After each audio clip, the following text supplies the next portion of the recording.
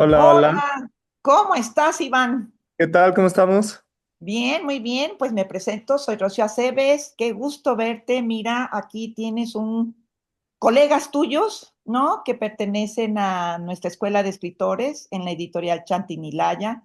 No sabes cómo hemos gozado tu novela y bueno, también la crónica que nos hiciste favor de enviar. Todo y más. Así que estamos encantadísimos después de leerte, preparar guión, pues encantados de tenerte aquí con nosotros, charlar a gusto, relajados. Y te quiero presentar, pues todo el grupo se va a ir presentando conforme te hagan sus preguntas. Es así como un híbrido entre algunas entrevistas grupales que generalmente se hacen y pues, parte de nuestra cosecha. Y quiero presentarte también aquí a Juan Pablo y a Frida, que pertenecen a la editorial Chantinilaya, son ese parecito de matrimonio que ves ahí. Frida es la directora, Juan Pablo es socio fundador. Y bueno, ahí con ellos se ha generado desde hace ya muchos años la Escuela de Escritores. Y todas estas cabecitas hermosas que ves aquí son escritores, también son tus colegas. Así que Iván, estás entre amigos, estás en familia. Bienvenido nuevamente y te agrade. Yo de verdad en lo personal te agradezco muchísimo que estés con nosotros. Muchísimas gracias, Rocío. No, ¿cómo crees? Muchísimas gracias a ustedes por la oportunidad de platicar de mi libro y por leerme y estoy emocionado de platicar con escritores. No me toca mucho el gusto de tener estas conversaciones con colegas. De verdad que me da muchísimo gusto y estoy muy agradecido. Qué padre, Gracias. Iván. Bienvenido. Es un gusto, como dice Rocío, nuestra maestra de escritura autobiográfica, recibirte. Todos aquí hemos pasado por la magia, la catarsis, la complejidad y la libertad tan extraordinaria, porque de verdad es algo muy fuera de serie, de lo que la escritura nos brinda cuando nos permitimos empaparnos de ella y que nos atraviese. Todos aquí hemos generado por lo menos un manuscrito y algún libro también. Y desde esa pequeña experiencia compartida, estamos aquí reunidos para charlar sobre tu obra. La verdad es que sí nos fascina, sí nos ha dejado mucho de qué hablar y parte de lo que queremos compartir contigo es quién está detrás de esta portada, quién está detrás del título, qué movió a esa persona a mover las palabras, ¿no? Y darles una forma, una propuesta para envolver a sus lectores. Entonces, bueno, bienvenido, Iván. Muchísimas gracias. Para mí también va a ser una pregunta difícil de contestar simplemente porque siento que la persona que escribió ese libro y la persona que está detrás de esa portada, pues ya tampoco soy yo en realidad. Era, fue una versión de mí mismo que creo que ya no sobrevive mucho de él. Tal vez un poco de la esencia, pero ese neurótico encerrado en el COVID, escribiendo solo sin hablar con nadie, yo también lo siento un poco como quién chingados era ese güey, ¿no? Que se echó esa novela. Desde entonces me casé, tengo una hija, me mudé, eh, he cambiado y en parte gracias a esta novela que se publicó se han abierto puertas y ha cambiado mi vida de una forma radical. Entonces también a mí me toca como hablar de este libro un poco como un capítulo de mi vida al que tengo que ver hacia atrás, pero que claramente sigue muy vigente en mí. Entonces, sí, por eso también me encantan estas conversaciones. Es como una oportunidad de ver qué sigue ahí. Ujú. Qué chido, Iván. Pues de verdad, gracias por el espacio, gracias por el tiempo. Ya me presentó Rocío, mi nombre es Juan Pablo, esposo de Frida, y voy a estar moderando o llevando un poquito el ritmo de la charla, dándole la palabra a mis compañeros que hemos preparado algunas preguntas para acompañarnos juntos en este proceso que, como bien dices, cuando uno escribe y publica, se vuelve un hito que a veces bifurca o que a veces transforma, ¿no? La vida y la percepción de los que escribimos. Y a mí en lo particular me encanta hablar con mexicanos que primero tienen la valentía de expresar y hacer arte lo que quieren expresar, lo que viene al momento en el que se están expresando a través de las palabras, a través de la música, a través de cualquiera de las artes que nos permite poner de manifiesto el mundo interior que estamos viviendo. Así que para dar comienzo a esta conversación, a esta charla entre amigos, entre escritores, Iván, yo quisiera que comenzáramos por lo menos complicado, que es que nos compartas un poquito sobre tu infancia, sobre Lo cómo... menos complicado. No, manches, nos vamos a echar 2 horas de psicoanálisis aquí. Sobre cómo fue tu infancia, digamos, en esta mezcla como mexicano, como judío. ¿Qué recuerdas de tus primeros años? ¿Qué ventajas implicó este origen y qué desventajas trajo también al momento en el que después, en ese 2020, se convierte en parte de esta novela? Sí. Pues fue una infancia muy hermosa en realidad, rodeada de amigos, con una familia muy hermosa y en un círculo social que por ser muy cerrado y ser muy hermético, al mismo tiempo ofrece oportunidades, en especial durante la infancia, para crecer en un ambiente muy protegido y muy controlado. Y sí, con unos padres que constantemente estaban tratando de fomentar nuestras pasiones y nuestros intereses. En realidad no tengo ninguna queja de la infancia. Lo que sucedió después fue la adolescencia, que es donde se empieza a complicar un poco la cosa y donde este ambiente que justo fue la maceta perfecta en la que pude crecer, de pronto, pues como sucede en la adolescencia, me empiezo a preguntar qué hay afuera y y esta ira que yo llevo dentro desde que nací, que es parte de mi esencia, que de verdad yo creo que no tiene nada que ver con mi carácter, o tiene todo que ver con mi carácter, pero que es tan genético como mi color de ojos y mi estatura. Porque cuenta mi mamá, por ejemplo, que cuando me hicieron la circuncisión, el rabino estaba muy preocupado porque dijo, todos los bebés lloran cuando les hacen la circuncisión, pero él solo estaba enojado. Yo solo estaba enfurecido con lo que me acaban de hacer. Y hasta se preocupó de que no estaba llorando, solo estaba muy enojado. Y creo que ese fue mi primer gran enojo en contra de la religión, que tal vez fue lo que le dio. De ahí empezó todo, me cortaron el pito y no me gustó para nada la idea. La idea. Y, y todos los intentos subsecuentes que para muchas personas resultan enriquecedores, de darles una comunidad, de darles raíces, de darles una manera de pensar. Yo cuando cumplí 15 o 16 años, toda mi ira se volcó en contra de ese intento de darme, que hoy en día ya no culpo para nada a mis padres, hoy en día ya lo tengo como bastante superado. El proceso de escribir esta novela fue un proceso de superarlo, pero sí, en el momento fue un poco como estas ganas de destruirlo todo y de sí, este enojo en contra de todos los que me querían decir cómo ser, aunque me lo estén diciendo de la forma más linda y amable posible. Entonces hubo un rompimiento fuerte en mi manera de pensar y en mi manera de vivir. Y creo que mucho me ha pasado eso, de ir viviendo como construir y romper, que sí, esto sí lo he hablado bastante en terapia, entonces tal vez sí nos estamos viendo el chiste del psicoanálisis. Y justo hoy ya no puedo, hoy creo que me encuentro en un lugar en el que ya no se me antoja romper lo que tengo, gracias a Dios por primera vez, gracias a Dios aparte. Pero, Sígueme. Sí, pero claro. fíjate qué chido lo que nos compartes, Iván, porque se puede sentir en tu obra que no es una ira fingida. A pesar de que es una novela, es una energía que conoces, que corre por tus venas y que se está volcando hacia esta historia. Pero es fascinante que nos puedas compartir esta parte de tu historia. Déjame preguntarte, estudiaste filosofía y ciencias de la computación. ¿Cómo se llevan estas dos disciplinas? ¿Cómo impactan esta disciplina de lo concreto y lo abstracto en tu literatura?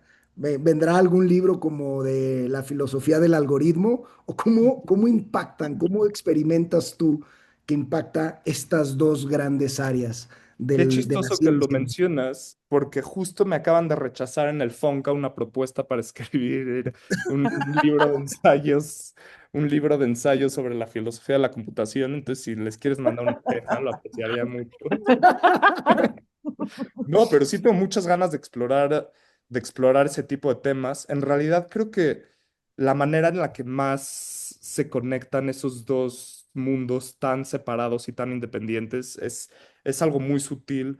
Para ser un buen programador tienes que ser profundamente obsesivo, porque cuando estás creando sistemas complejos en los que algo no está sirviendo y de pronto tienes que preguntarte cuál de las 10.000 líneas de código en las que estás trabajando no está funcionando algo, se necesita este carácter obsesivo en el que no puedes dejar ir un problema.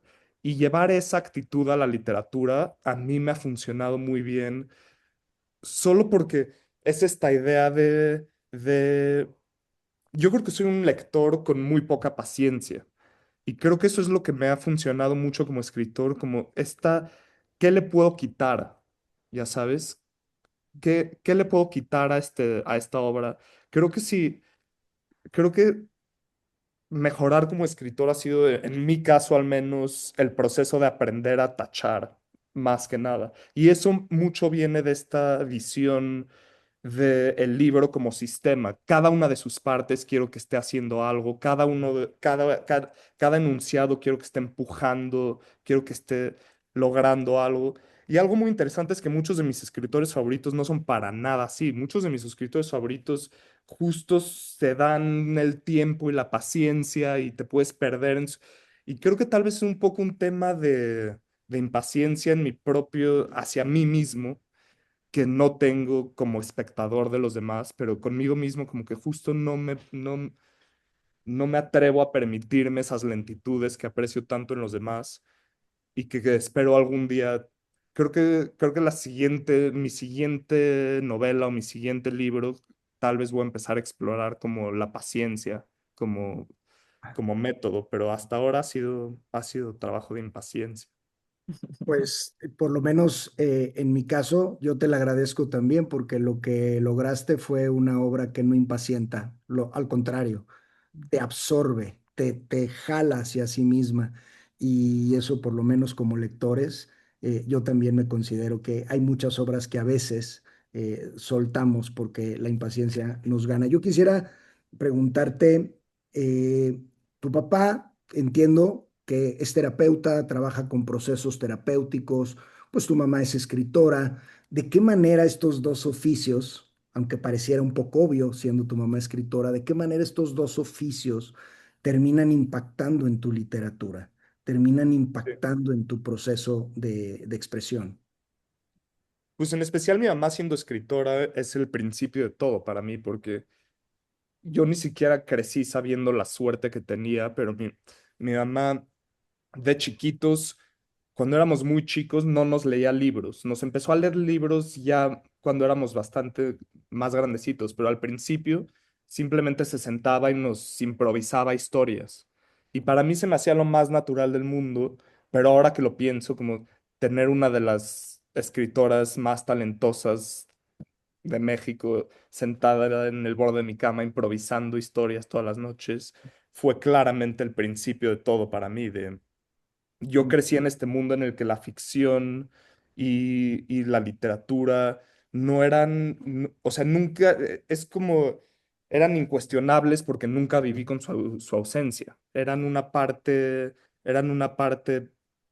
que siempre estaba presente en nuestra vida, de una forma, es como ese chiste clásico que llega un pescado llega un pez y le pregunta a otro, hoy está rica el agua, ¿no? Y el otro le contesta, ¿qué es el agua? Sí, Para mí, claro. Para mí un poco así fue la ficción, como que es la ficción, es todo. Ujú. Ha estado siempre presente, ¿no? Sí, Y hablando un poquito de la parte técnica ya de la construcción de tu novela, ¿estuviste en talleres literarios para irla armando? ¿Cuánto tiempo te llevó desde que la vino la conceptualización hasta verla publicada, digamos, esa parte técnica del armado previo a verla Sí, publicada?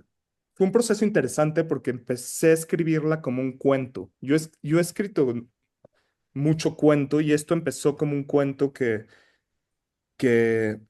terminaba cuando él se escapaba a Israel y estaba en la playa y se daba cuenta que había desperdiciado su existencia. Ahí para mí terminó y lo dejé como si fuera un cuento, pero me di cuenta que pasaban los meses y yo seguía pensando en este personaje que como que no se me había salido del sistema. Y entonces, cuando me volví a sentar a escribir la segunda mitad del libro, como que ya la tenía entera dentro de mí.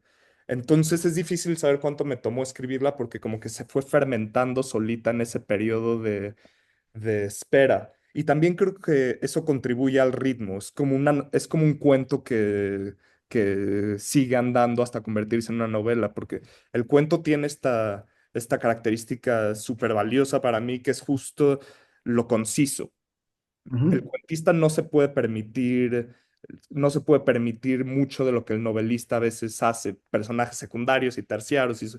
Entonces creo que como ese ritmo acelerado tiene que ver con eso. Pero sí, una vez que la terminé, la talleré con Beatriz Rivas, que es una tallerista verdaderamente fenomenal y una escritora increíble también. Pero sí, Beatriz me ayudó muchísimo Le entregué un texto y salí con un libro de su taller.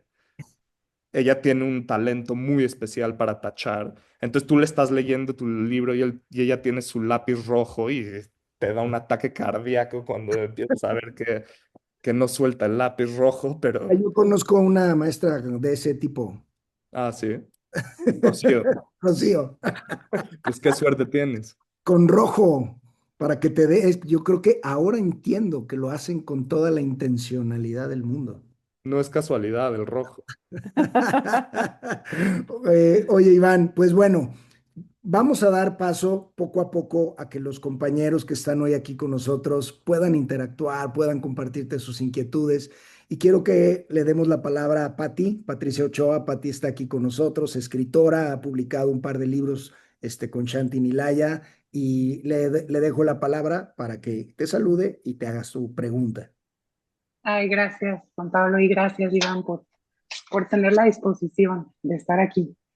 Este, fíjate que la primera pregunta que yo te quería hacer, creo que ya la respondiste, pero la voy a reformular porque me parece muy interesante esto que dijiste que empezó siendo un cuento, porque mi pregunta iba enfocada un poco a la estructura, si ya tenías pensada la premisa antes de escribir tu novela y ahora pienso que sí, me imagino que desde el cuento ya tenías muy clara la premisa, no sé, es una pregunta que te quiero hacer. Me parece súper interesante que de cuento la hayas transformado a novela, porque algo de lo que más me gustó es esta estructura que le das, o sea, desde los primeros capítulos, primero que el texto está muy limpio, y desde los primeros capítulos la premisa está muy clara, y el hilo conductor está presente en todos los capítulos, y eso, independientemente del tema que trates, mantiene al lector ahí. Y entonces esa es una pregunta, ¿cómo lo hiciste? ¿Cómo lo formulaste? ¿Cómo pasaste de cuento a novela? Sí, eso, justo eso que mencionas, ese hilo que atraviesa la historia entera, creo que es como que ahora siento que tuve muy buena suerte encontrando ese hilo, porque hay algo, para mí las mejores tramas tienen algo muy obvio, y lo obvio a veces es lo más difícil de encontrar. Lo rebuscado y lo loco y lo esporádico puede ser mucho más fácil que una trama que corre por necesidad, que cada evento sucede porque el evento anterior sucedió y que te lleva del principio al final. Y digo que siento que tuve mucha suerte porque de hecho no tenía ningún plan, no tuve ningún esquema, no tuve nada. Y me pasa mucho que empiezo a escribir historias y que 2 meses y 100 páginas después me di cuenta que esa trama obvio ya me llevó a un lugar que no tiene nada, ya sabes.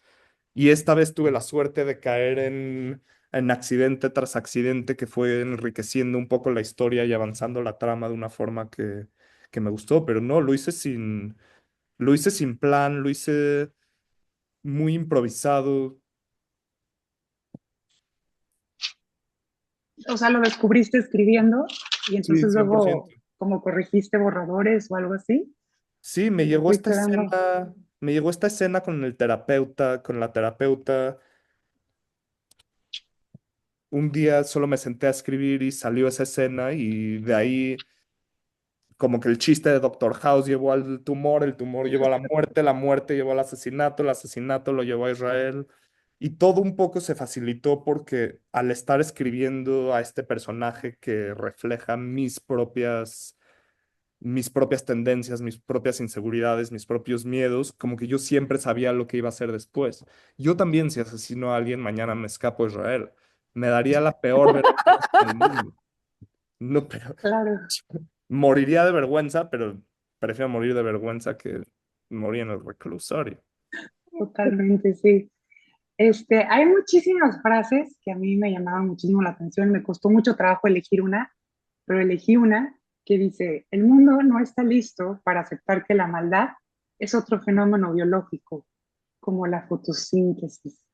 ¿Cómo llegaste a esta postura? ¿Qué piensas de esta cuestión del libre albedrío y eso que En nos esa puedes época decir? estaba, bueno, y todavía supongo, estaba muy clavado con el tema del libre albedrío. Desde que descubrí ese problema filosófico, creo que ha sido la pregunta filosófica que más me ha afectado emocionalmente. También recuerdo en la adolescencia la primera vez que me hice esta pregunta y que empezó a parecer inverosímil la idea del libre albedrío. Sí lo recuerdo no como este ejercicio intelectual interesante, sino como esta claustrofobia muy angustiante en mi vida. Y, y creo que es una de esas ideas que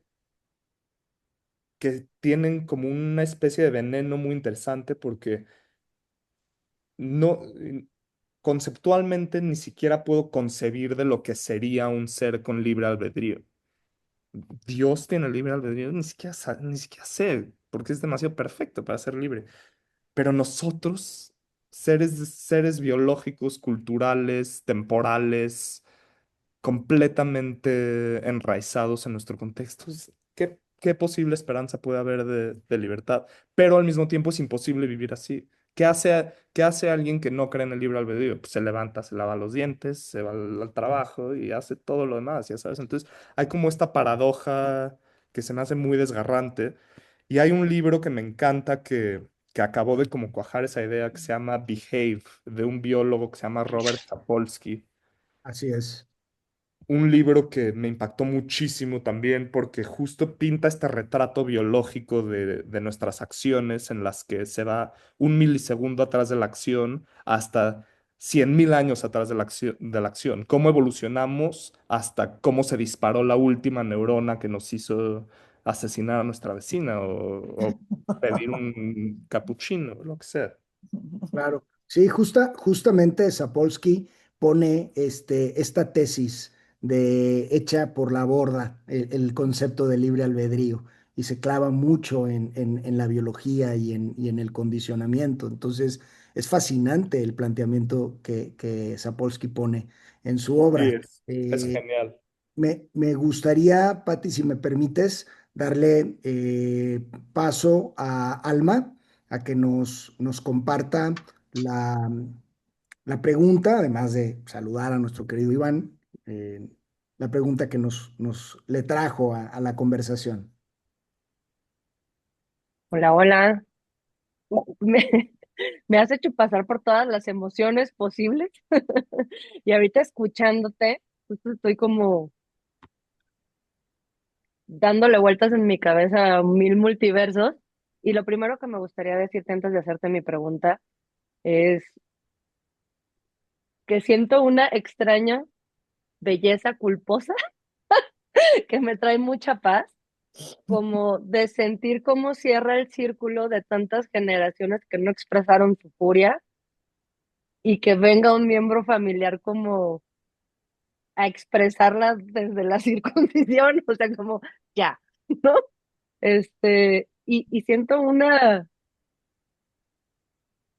como una belleza muy armónica en cómo lo estabas platicando, de decir, no entiendo ni por qué, simplemente aparentemente nací con furia y entender un poco que hemos tenido como el gusto de leer algunas obras que mencionan algunas cosas de tu familia, como decir, qué liberador poder como ver este ciclo hermoso una y otra vez del ser humano, ¿no? De decir, alguien lo tiene que decir.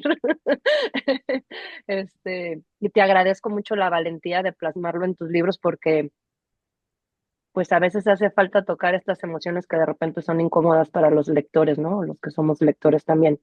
Y bueno, mi pregunta es al respecto del nombre de tu personaje, porque yo debo de confesarte que te leí así como entre las clases de natación de mis hijos y de inicio a mí era así como de, no, pues sí soy, sí, yo me enojaba así, no, no tanto, y veía cómo ibas como empujando y empujando el límite, decir como que, ay Dios, la vecina, y de repente le doy vuelta a la página y veo que el nombre del personaje es Iván Cherán.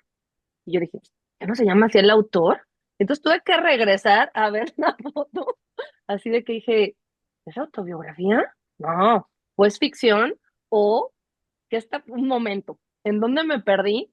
Porque me parecía como muy valiente y al mismo tiempo funable, como poder expresar emociones tan no políticamente aceptadas en cierta forma, y además decir, y le pongo mi nombre. O sea, ¿cuál, cuál fue como tu decisión como escritor de darle tu nombre sabiendo que era una ficción, empujando tanto como este tipo de emociones que sí te hacen cuestionarte, bueno, por lo menos a mí, el, ay, sí lo dijo o lo interpreté así y me regresaba. ¿Qué te llevó? Porque seguramente ahorita como estabas justificando, ya voy a acabar mi super pregunta larguísima, el ya no soy esta persona, ¿cuántas veces también te hace justificar el haber puesto el nombre del autor de si es autobiográfico, es autoficción, no, sí en esta parte? ¿Qué te llevó a tomar esa decisión? Sí, fue la decisión, fue una de las decisiones más difíciles del proceso de edición en especial, porque mi editor, Romeo Tello, que es un gran editor, leyó el libro la primera vez y dijo, no estoy seguro si sí debe tener tu nombre. Y entonces el proceso de edición fue para mí yo quería como crear un texto que valiera la pena, que se justificara la elección de tener mi nombre. Y sí, como dices, obviamente tiene muchísimos riesgos darle mi nombre a un ser que de muchas formas es completamente deleznable, pretencioso, vanidoso y muchas de las otras cosas que yo también soy, pero que logro esconder de una forma más o menos funcional en Funciona. mi vida diaria. Y sí, también muy funable, como dice. Bueno, de hecho, ni siquiera, ojalá me funaran, sería excelente publicidad, ni siquiera me ha tocado. Pero al mismo tiempo creo que lo que sucede es, le ofrece al lector la posibilidad de ver a alguien que está aceptando la parte más oscura de sí mismo, ¿no? Que para mí eso ha sido una de las partes más hermosas de crecer como lector, ha sido. Claro, es muy hermoso ver cuando alguien describe lo más hermoso que puede llegar a ser el universo. Eso es muy valioso y tiene su lugar. Pero cuando yo veo un escritor que acepta lo más oscuro que existe dentro de sí mismo, ese es uno de los sentimientos que para mí me han causado más placer y más oportunidad de crecimiento como lector. Entonces, yo lo postulo como este experimento en el que cada quien tiene que buscar un personaje análogo dentro de sí mismo. No todos van a ser personajes furiosos, porque pues cada quien tiene su calvario, pero yo creo que todos tenemos uno de estos, o neuróticos, o psicópatas, o quién sabe, cada quien tiene que buscar al suyo. Y yo creo que sería un mundo muy rico en el que todos tuvieran que escarbar dentro de sí mismos hasta encontrar a ese ser de oscuridad y de vergüenza. Jung le llama nuestra sombra, pero a través de la historia humana se ha admitido que existe este ser de oscuridad dentro de cada persona, que creo que es muy valioso buscarlo y creo que es muy valioso admitir que existe y creo que es muy valioso hacer las paces con él, porque una de las partes más bonitas de escribir este libro es que empezó mucho como una caricatura sobre mí mismo, pero mientras fue avanzando y mientras fue desarrollándose este personaje, me di cuenta que no podía solo darle toda mi oscuridad, porque mi oscuridad estaba completamente entretejida todas las cosas que sí considero rescatables y valiosas de mí mismo. Y esos destellos de luz, esos destellos de elocuencia, de esas maneras en las que la furia nos puede permitir ver verdades que muchas veces son incómodas y es más fácil ignorar. Fue también un proceso de aceptar todo esto que empecé con el proyecto de caricaturizar y de insultar, como que también tuve que regresar a, a cierta aceptación. Qué poder, Claro. claro. Neta, qué poderoso lo que nos acabas de compartir, porque justo como mencionabas, ¿no? Jung dice, nadie se ilumina jugueteando con la luz. Se ilumina solamente cuando alcanza uno a integrar y abrazar su sombra. Y eso me parece que dentro de lo que te puede presentar para algunos como al límite de la locura, me parece más iluminado que falta de cordura. Y es poderosísimo lo que nos regalas desde ahí. Y me gustaría, Almita, no sé si quieres sobre la respuesta. eh, No, para que alcancemos mucho más. Gracias, Almita, gracias. Gracias. Darle lugar a Heidi, nuestra compañera también, recién publicada en la Feria Internacional el año pasado, para que nos pueda compartir su pregunta. Gracias, Alma.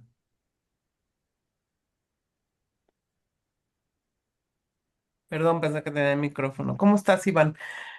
Oye, bueno, pues encantada de esta reunión que nos hace Rocío y de escucharte. Y fíjate que, como todos, el leerte fue así como, para mí, chistosamente, como un poco aire fresco, ¿no? Y el aire fresco tiene que ver con justo eso que estás mencionando, o sea, el decir, qué real, qué poco nos atrevemos a veces a explorar esa oscuridad y qué real es parte de todos nosotros. Además, qué maravilla y qué liberador el que puedas darle voz a lo que muchas personas, con lo que muchas personas viven, que a veces es catalogado como enfermedad mental, ¿no?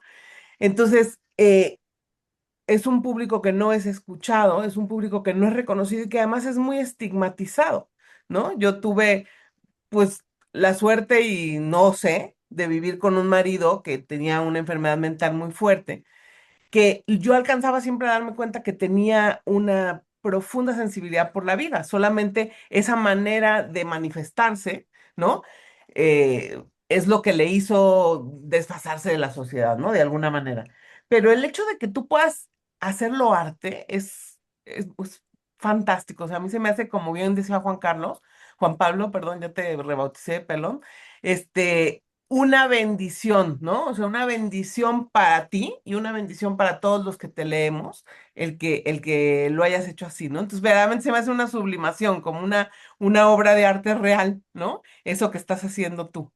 Em, y espérame, porque aquí en mi guión, déjame veo, la pregunta ahora sí que te iba a hacer que de la emoción se me fue. Este, ay, aguántenme un poquito, perdón, chicos. Oye, Iván, tu portada, ahorita mientras lo busca Heidi, sabes que todo esto que dices me recordó mucho a Francis Bacon, el pintor. No, bueno, no, Es de mi mis favoritos del favorito. mundo. ¿Cómo? Es mi favorito. Ay, no, a mí también, también es mi súper mega favorito. Lo sigo en donde se presente en el mundo, Yo sus también, qué obras. chistoso que lo dices. ¿Qué? Pues ojalá, es el mejor cumplido. Ah, bueno, pues es que sí, sí, la última vez que lo vi estaba en Colombia. Bueno, no a él, sino una de sus pinturas ahí bien. Bueno, Heidi, adelante. No, gracias. Siempre son re buenos tus breviarios. El tema del sarcasmo, ¿cómo lo manejas? Que me parece también un recurso fascinante y una manera de manifestarnos en la vida súper interesante. ¿Es una cualidad tuya o solo del personaje? Es una cualidad mía. Tiene mucho que ver con lo que decías antes sobre este personaje sublimado y sobre todo esto que mencionas sobre lo cerca que a veces está el arte de la locura. Rosa Montero tiene un libro que no he leído, admito. No puedo mentir sobre leer libros después de haber escrito este, pero tiene un libro sobre la cantidad de escritores que se vuelven locos y creo que hay una conexión muy importante entre la sensibilidad de la locura y la sensibilidad del arte que tiene que ver con el rechazo de la norma y empezar en términos propios, que empezar Ujú, en términos propios es una muy buena manera de volverte loco algún día. También es ujú. una muy buena manera de construir algo valioso, pero... Y justo el sarcasmo ha sido para mí tal vez como la droga, una... Yo era ese típico adolescente sarcástico que todo lo que decía era... Y justo he estado tratando de evitarlo porque para mí me sale tan natural que se puede volver un poco una muletilla. Y ya escribí este libro en el que funciona bien, pero ahora hasta en mi vida, yo me doy cuenta mucho que lo que considero más valioso y lo que considero más sagrado y lo que más me emociona, constantemente me encuentro ridiculizándolo y burlándome hasta el punto en el que he estado, como mi resolución del año nuevo es tratar de evitar el sarcasmo porque se vuelve demasiado fácil a veces, tal vez, ¿no? El insulto, tiene algo juvenil muy hermoso. Justo los adolescentes lo maniobran a maravillosamente y tiene algo valiosísimo que no quisiera que desaparezca del mundo, pero que me parece muy interesante que lo menciones, porque justo lo he estado pensando como el siguiente paso que tengo que dar es escribir un libro sin sarcasmo. Va a estar malísimo, No, seguro, el programa. no, no, no. Va a perder la sal y pimienta, va a perder como la personalidad, Pues pero ojalá, cierto que hay un límite bien delgado, ¿no? Y como decir, es delicioso ser sarcástico, o sea, es algo que uno disfruta muchísimo, pero a la vez es como esto, te das cuenta cómo corroe, ¿no? O sea, corroe al de enfrente cada vez que lo lanzas y dices, híjole, y sí fue súper divertido, pero ching, ¿no? O sea, porque venenoso. lo quiero, o sea, quiero a este ser humano que está enfrente y estoy a lo mejor haciendo incluso daño, ¿no? Entonces, te entiendo perfecto en esa sensación y ojalá no lo pierdas y encuentres una manera de sublimarlo también como lo haces con todos Eso es los buena idea, demás. eso es buena idea. Sí. Ujú. Gracias. No, muchas gracias. Y ojalá que haya por ahí otra novela, cuento, que podamos seguir leyendo, como con toda esta sensibilidad, porque realmente estás ahí para ser un artista y poner, expresar lo que muchos a lo mejor no tenemos la capacidad de expresar con esa riqueza que tú lo haces. Muchas gracias por esa valentía. Gracias a ti. Gracias, Heidi. Pues bueno, Iván, es mi turno.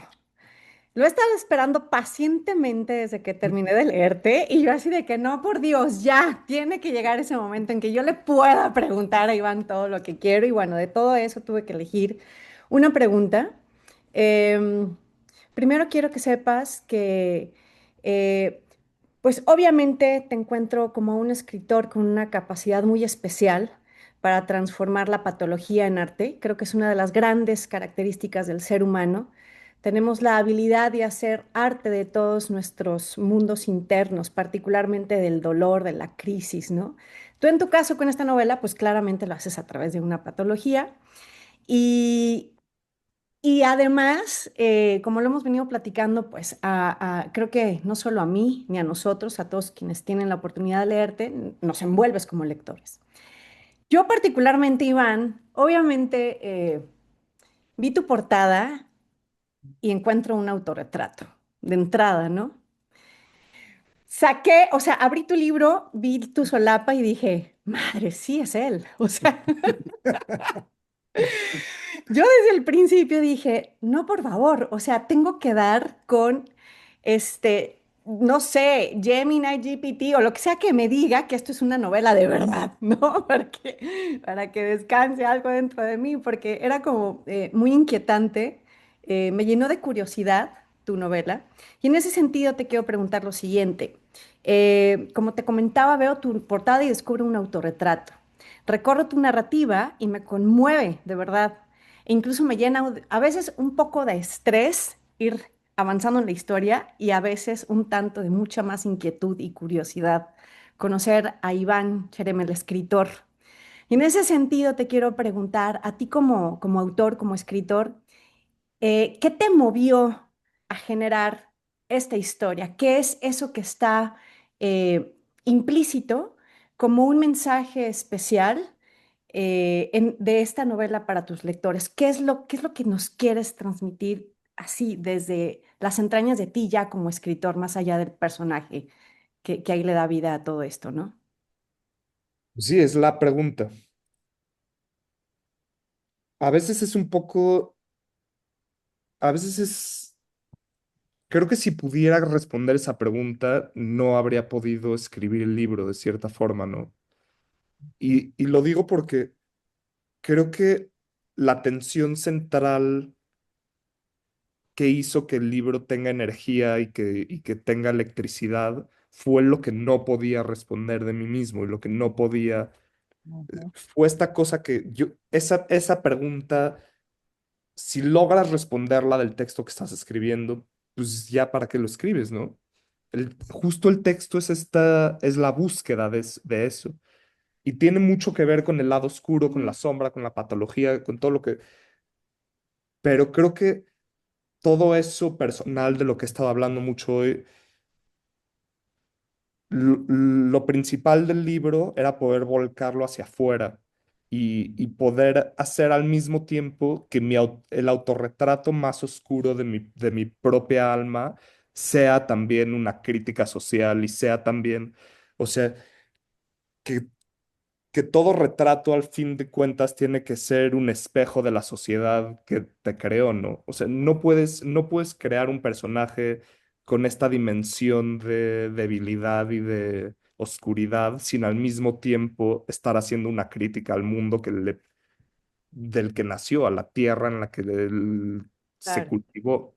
Y creo que esa dualidad de explorarme a mí mismo y de usarme a mí mismo como espejo de de mi contexto social, de mi contexto económico, de mi contexto religioso. Esa fue la tensión que me mantuvo interesado en el texto. Maravilloso. Esto que compartes, Iván, a mí fue una de las cosas que más me impactó y perdón la comparación de lo que lograron proyectar en la película del Joker, ¿no? Como este personaje tan desequilibrado, tan problemático, tan incómodo y que realmente planteaba que era simple y sencillamente, bueno, no solo eso, ¿no? Pero apuntaba a la sociedad que construyó esa patología, esa conducta, esa resistencia, ese odio hacia el mundo que primero fue del mundo hacia él. O sea, a mí me pareció fascinante la forma en la que proyecta esto que tú nos compartes hoy, esa película y bueno, confirma mucho de por qué ha sido tan disfrutable tu novela para nosotros. Me gustaría darle la palabra a Lorena para para que pueda expresar su pregunta, pueda compartirnos su pregunta. Hola Iván, pues antes que nada un gusto conocerte, fue un gusto leerte, amo tu estilo, amo el sarcasmo, amo tu humor negro, creo que compartimos ese humor, no lo dejes de hacer, por favor, no, sé sarcástico, sé todos esos comentarios que muchos tenemos en la cabeza y no nos atrevemos ni a escribir ni a expresar, síguelo diciendo, por favor, te disfrutamos muchísimo. Este, yo contigo quiero hablar de dinero. Sabemos que por la historia de tus abuelos y de tus bisabuelos y por los libros de tu mamá, sabemos que el dinero y particularmente en tu comunidad juega un papel muy importante. Entonces, sabemos que tus bisabuelos vinieron a México porque huyendo de la miseria y construyeron un imperio. Sabemos que tus abuelos, pues bueno, ocurrió una tragedia por una lucha de poder y de dinero. ¿Qué papel jugó el dinero en tu crianza como para que escribieras una crítica tan severa de la clase alta en México y particularmente de la comunidad judía y que estés tan enojado, bueno, por lo menos eso se plasmó de cómo se manejan las cosas en la clase alta judía desde tu perspectiva, porque bueno, yo supongo que todos tenemos la nuestra, pero ¿por qué estás tan enojado como cómo se manejan las cosas y qué papel jugó el dinero en tu comunidad y en tu crianza? Es una pregunta durísima porque tengo que reconocer un poco la hipocresía de estar viviendo con el dinero de mi familia, escribiendo la crítica sobre la policía, ¿no? O sea, se tiene que mencionar y aprecio mucho que hayas dadome la oportunidad de hacerlo. Se tiene que hacer esa crítica. En realidad, no, no sé, mi abuela, aparte me encanta que ya hayan leído a mi mamá porque sí tiene este trasfondo en el que mi novela se vuelve un poco absurda a la luz de lo que mi familia tuvo que batallar para llegar a este punto, ¿no? Como lo que tuvieron que vivir ellos para que yo pueda estar en pantuflas en la sala, en mi cocina, escribiendo mis cositas en la comunidad, en la comodidad de mi vida mientras ellos tuvieron que escapar de masacres y miserias. Tiene algo muy ridículo y muy hermoso. Pero mi abuela siempre dice algo que dice, es mejor ser rico, guapo e inteligente que feo, tonto y pobre. Sí, totalmente. Entonces, pues la verdad, creo que, creo que si tengo que admitir que si no tuviera esta red de seguridad, pues yo estaría en San Francisco siendo un programador miserable, como ni siquiera era tan buen programador, pero ahí estaría más o menos haciendo algo que no me enriquecía ni me apasionaba. Y pues para mí el dinero es la forma de hacerlo. Pero claramente en la obra existe esta dimensión de la justicia, de la injusticia enorme que implica vivir esta vida en un país en el que tantos están viviendo en condiciones tan deplorables y tan injustas. Y sí, no.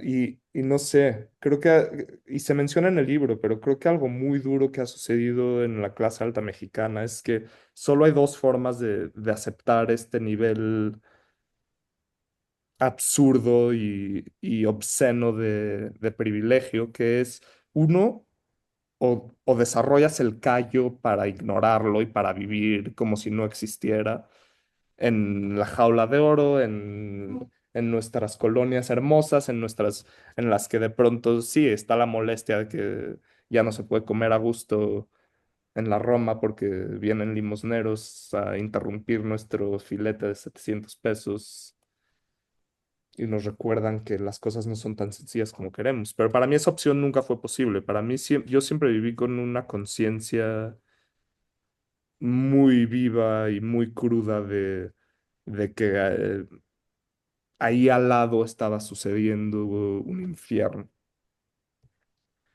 Y no tengo solución a ese dilema, obviamente nadie tiene solución a ese dilema, pero pues esa es la tensión principal de todo el que vive una vida bonita en un país en el que está en problemas tan profundos y tan tristes. Muchísimas gracias, Iván, por compartirnos de una manera tan honesta, tan transparente, tan valiente y tan auténtica lo que ha significado para ti tener esta mirada desde ese lugar y que al mismo tiempo, dentro de las opciones que es el callo de voltear para otro lado y hacer como que eso no existe, haberle permitido que tocara tu alma y que esto también fuera parte del combustible que hoy nos regala esto que estamos platicando. Y gracias por ese espacio. Y Lore, gracias también por la pregunta tan valiente. Me gustaría darle la palabra a Juan Diego de Morelia, escritor, ya también con par de obras publicadas, para que nos comparta su pregunta. Gracias, Lore. Hola, muchas gracias. Gracias, Juan Pablo. Primero que nada, pues aplaudir y agradecer este espacio.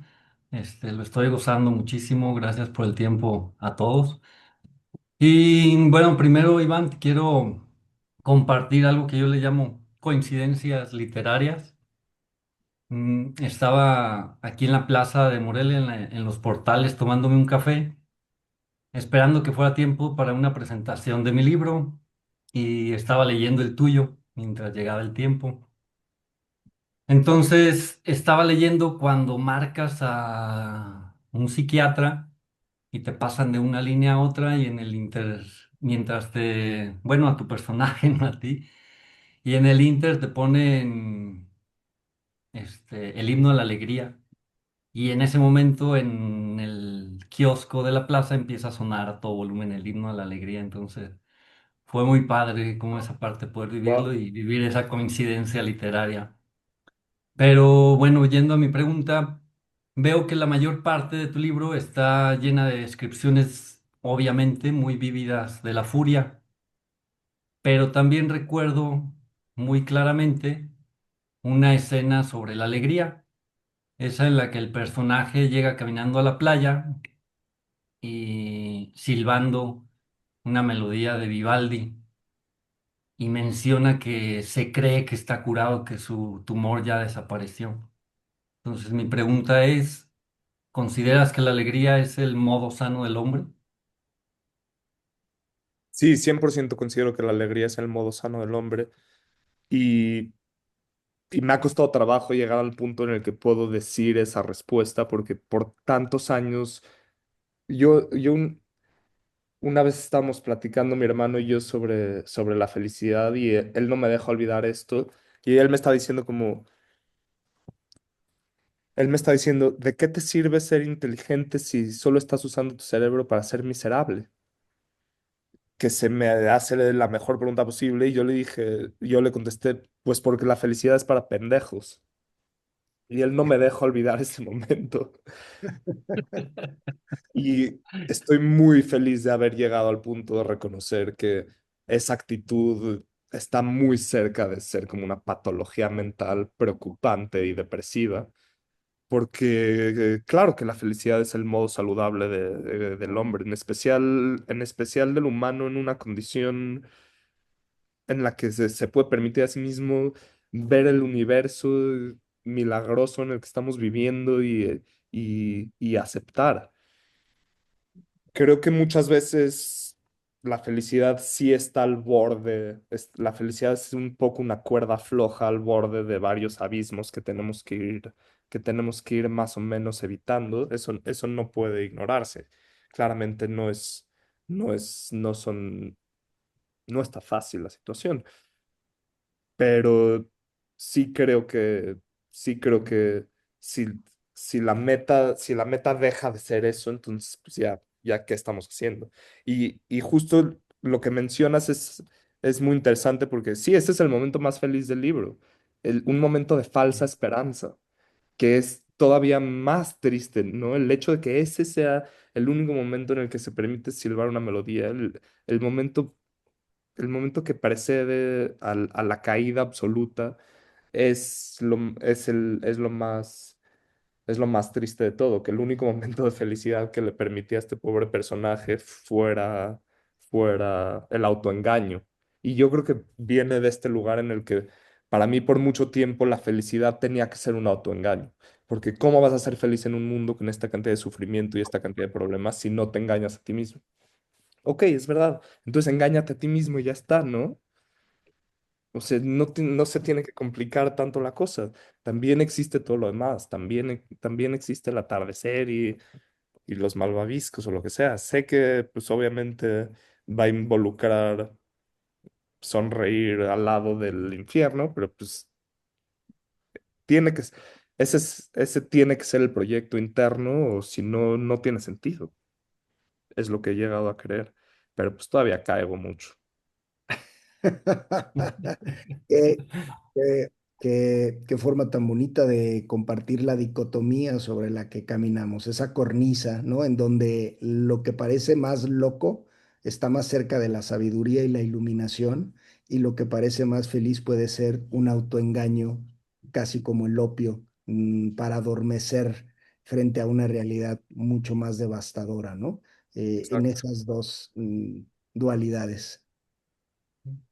Sí, y además también lo que mencionaba hace rato Juan Pablo y tú, o sea, para poder llegar a esos estados, muchas veces tenemos que atravesar, por no decir siempre, o es el camino que hay que seguir, el camino de la oscuridad y de reconocer lo que hay dentro de nosotros para poder vivir y sentir ese estado de alegría, aunque sea momentáneamente, aunque sea engañándonos, aunque sea a través de ese churrito que se fumó el personaje. Completamente de acuerdo. Bueno, creo que hay dos tipos de personas. Hay los que nacen con la constitución lista para la felicidad y como dices, hay los que tienen que volver a nacer una segunda vez, ¿no? Justo estaba leyendo, justo estaba leyendo esta descripción de un periodo depresivo en el que entró Tolstoy, que justo en el momento en el que ya era un autor internacionalmente reconocido, viviendo una vida hermosa, con una familia que lo amaba, cae en el episodio depresivo más profundo de su vida. Y en el que dice, de pronto lo tengo todo y me encuentro a mí mismo escondiendo la soga para no tener que colgarme de mi estudio y quitándole las balas a mi rifle de cacería por miedo a dispararme en los sesos. Y él eventualmente reencontró la felicidad a través de la religión. Reencontró una felicidad rarísima ese güey. Se volvió como un campesino ruso. No sé, se vuelve un poco difícil encontrar exacto. También era un genio, entonces se vuelve un poco difícil seguirle la pista, pero sí creo que hay ese tipo de persona que tiene que renacer hacia la felicidad y que ese segundo nacimiento tiene que venir de un lugar de oscuridad. Sin duda, creo que aunque Juan Diego nos regala esta esperanzadora posibilidad de que haya forma de llegar evitando la oscuridad, eh, incluso la simbología arquetípica de haber tenido que descender al infierno para poder pues, renacer, es bastante literal, no es tan simbólica. Y bueno, creo que algunos compartimos con mucha claridad que ese espacio de dicha auténtica no está en la dirección opuesta al dolor y a la oscuridad, sino está justo atrás de él, está justo atrás de él y pocos se atreven a atravesarlo porque es doloroso y sin saber lo que hay detrás de ese lugar y tú lo has hecho y lo has hecho con maestría y con estética, lo cual agradecemos profundamente. Gracias, Juan Diego. Me gustaría darle la palabra a Karen, nuestra compañera Karen, que también tiene por aquí una pregunta que quiere compartirte, Iván. Gracias, Juan Pablo. Iván, mucho gusto. Estaba muy emocionada de poder llegar a este momento. Y déjame te cuento que le escribía yo en el fin de semana a Rocío y le decía, Rocío, es que yo siento una tristeza que me ha acompañado todo el tiempo mientras estoy leyendo, ¿no? Escuchaba como las demás preguntas de los compañeros mientras estábamos así compartiendo y yo decía... Entiendo la furia porque la leo, ¿no? Pero experimentaba una tristeza súper especial mientras te iba leyendo. Y a mí me gusta mucho escribir sobre lo que no se habla, ¿no? O sea, ese es como mi tema. Y me llamaba muchísimo la atención dos cosas. Una, que de verdad no logro yo como entender cómo es que lograste construir un personaje desde el punto de vista psicológico tan completo. Digo, sé que tienes un papá que posiblemente alimentó muchas cosas y que no sé cuántos años de terapia, si esto es real, bueno, han atravesado, pero de verdad a mí me tiene fascinada porque yo de formación soy psicóloga y además ahora estoy estudiando psicotraumatología y yo decía, ¿cómo le hizo este muchacho para llegar a esos puntos, ¿no? Por un lado. Y por el otro lado, porque no lo dices, pero lo cierto es que tocas un montón de duelos, ¿no? Me destrozó cuando llegas al momento en donde hablas de la mamá que había perdido a sus bebés y cómo es que en mi cabeza se iba armando toda la historia y yo decía, Dios mío, de verdad, cómo le hizo y cómo le hizo para poder hablar de lo que significa tener una enfermedad y vivir eso en silencio, ¿no? O sea, el duelo de perder la salud y luego eso, claro, se transformó en conductas, pero es muy fuerte, muy fuerte. Entonces, ¿cómo le hiciste para construir eso y por qué decides hablar de salud mental de esa manera? Pues aprecio muchísimo el comentario, de verdad. En especial viniendo de una psicóloga, me encanta que lo hayas encontrado verosímil. Y creo que parte de la respuesta sin duda es la investigación, que hubo algo interesante de este libro en el que empecé sin necesidad de investigar nada porque toda mi vida había sido la investigación, pero de pronto llegó este momento en el que este personaje con un tumor en el cerebro está en la cárcel, Ujú, un personaje viviendo una realidad interna y una realidad externa, ambas claro. de las cuales yo no tengo la más ligera conexión, y entonces la investigación vuelve completamente crucial y para mí es una de las partes, iba a decir, más divertidas de escribir, y sí lo es en general, excepto en este caso no fue nada divertido porque tuve que hacer es investigar tumores cerebrales y cárceles mexicanas, que estuvo muy brutal, porque son mis Claro, dos miedos más grandes. Perder la cordura y acabar en la cárcel siempre han claro. sido mis pesadillas. Ok.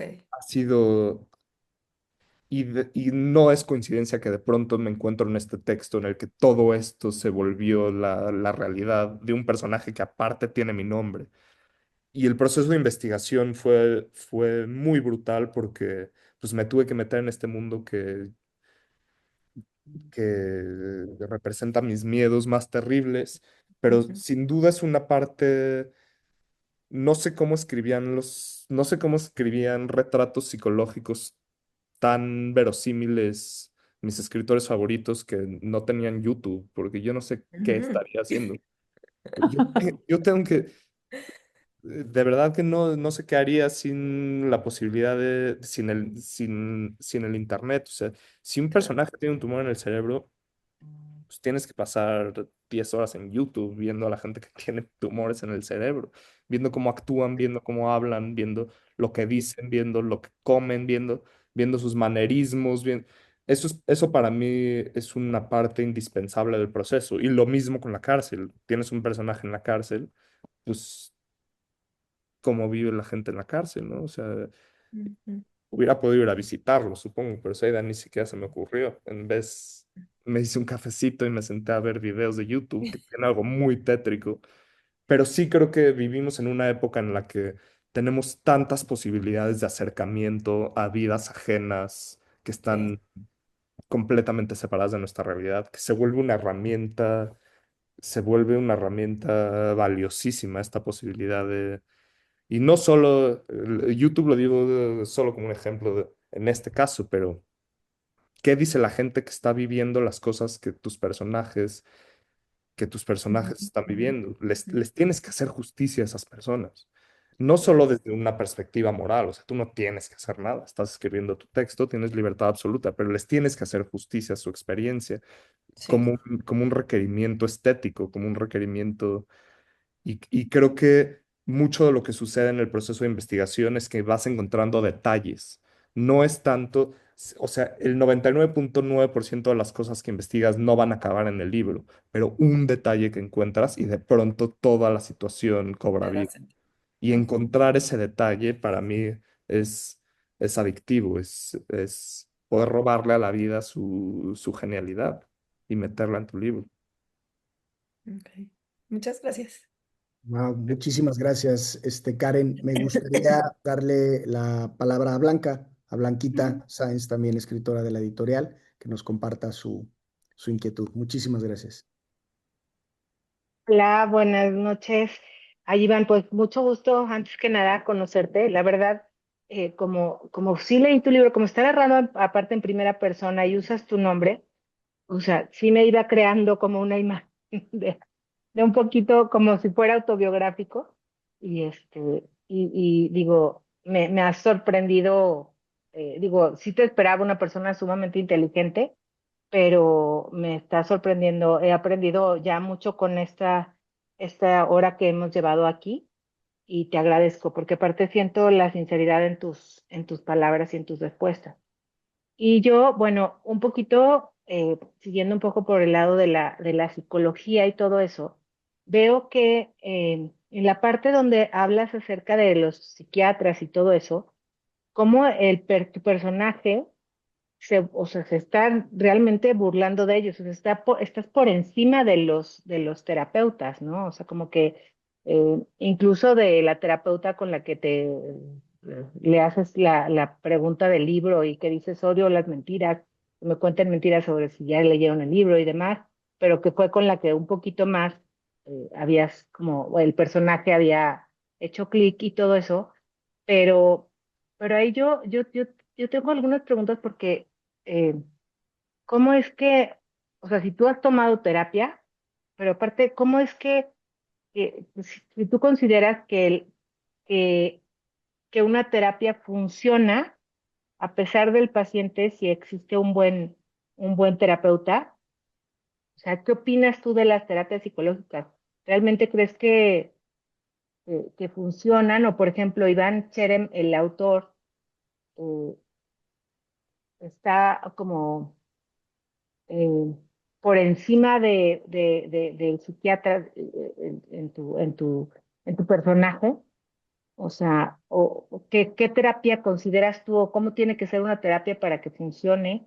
¿Cómo tiene que ser un terapeuta para que sea un buen terapeuta?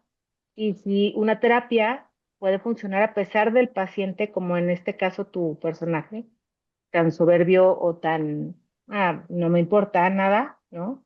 No sé qué opinión o qué me puedas decir al respecto. Sí, es una pregunta que me encanta porque yo siento que la terapia son estos espacios contemporáneos en los que existe una cantidad de riqueza individual, o sea, la curiosidad que me da lo que dicen los demás en terapia es casi morbosa, o sea, si yo pudiera como implantarle micrófonos a los terapeutas, viviría escuchando lo que la gente les revela, porque son estos espacios, son estos espacios de sinceridad que creo que pueden, que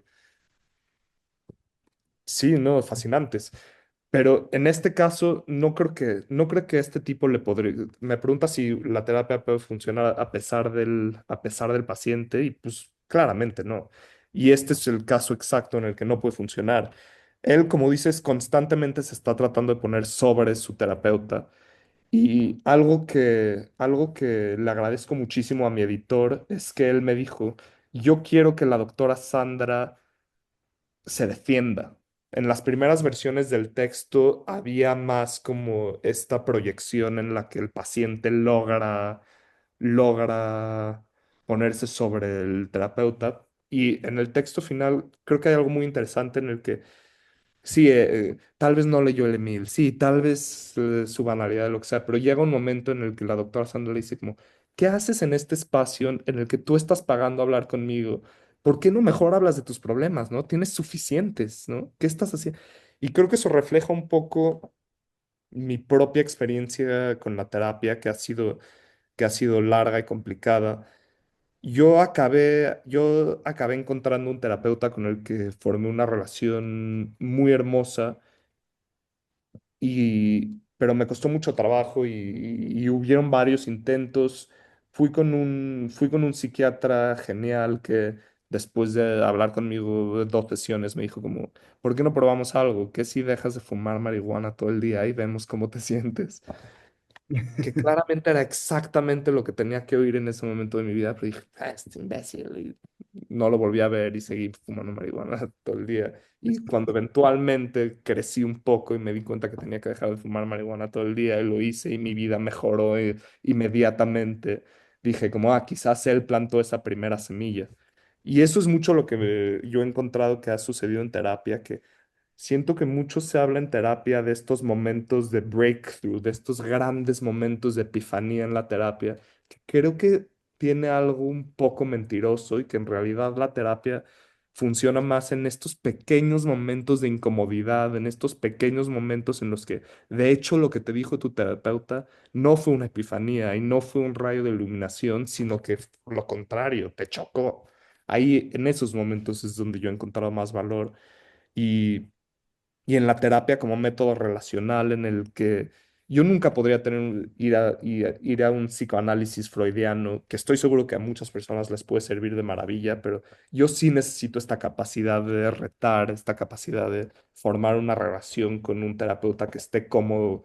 O sea, yo también quiero saber de su vida, yo también, o sea, yo también, yo no puedo enfrentarme a un terapeuta más que como a otro humano y necesito algo de donde agarrarme para poder yo también crecer. Pero sí. Muchas, muchas Muy gracias, Iván. Muchas Muy gracias. bien. Muchísimas gracias, Iván. Me gustaría darle la palabra a Rodrigo Esquivel, nuestro último compañero, digamos, antes de darle la palabra a Rocío. Si alguien por ahí tiene algún comentario, pregunta antes de poderle pasar la palabra a Rocío, váyalo Ahí pensando. masticando. Sí, vaya masticando. Rodrigo, adelante.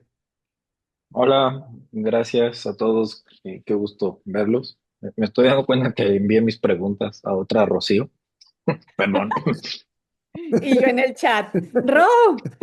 No, no, Entonces, te bueno, no voy a estaban en el ahorcar, texto, Rodrigo. pero bueno, gracias por el espacio y gracias, Iván, por compartir. Justo me llegó esta palabra o esta frase que dijiste hace un momento, ¿no? Me siento un tanto en fraude si digo que leí a alguien que no he leído y bueno, no he terminado de leer el libro, ha sido un poquito lento, entonces pues bueno, me estoy llevando algunos spoilers el día de hoy de lo que vendrá después, pero bueno, pues con la emoción de poder seguirlo. Eh, Digo, yo tengo unas preguntas que de lo que he leído y una que me surgió ahorita que hablabas, y creo que voy a empezar con esa, y es cómo el sarcasmo pues ayuda o te ayuda o ayuda al personaje de esta obra a ponerle palabras a la emoción más allá de la emoción misma. Sí, pues creo que ya hablamos un poco de eso. Sí, creo que el sarcasmo acaba siendo una herramienta de crítica valiosa, a fin de cuentas, ¿no? De ridiculizar ideas que se veneran y, y en ese sentido sí tiene algo muy valioso. ¿Ok? Y bueno, finalmente la otra que para mí es muy importante es que, o sea, desde tu mirada, más allá de como autor o de lo que escribes, es, o sea, ¿qué evitamos los hombres cuando evitamos sentir? O sea, ¿qué es eso que realmente estamos evitando cuando estamos evitando? O sea, sí, pues para evitar sentir. Es muy buena pregunta, en especial en el contexto de la furia, porque creo que muchas veces se usa esta idea de que los hombres les enseñan a sentir menos, pero que en realidad cuando lo analizas lo que está sucediendo no es que a los hombres no les permite sentir, es que se acorta el rango de sentimientos que les son permisibles expresar y el enojo es un sentimiento que la sociedad le permite al macho como válvula de escape. Y creo que en esa dinámica de testosterona explosiva y de represión social de lo que el hombre les permitido sentir y expresar, suceden los peores crímenes de la humanidad y las peores catástrofes de la política y la sociedad.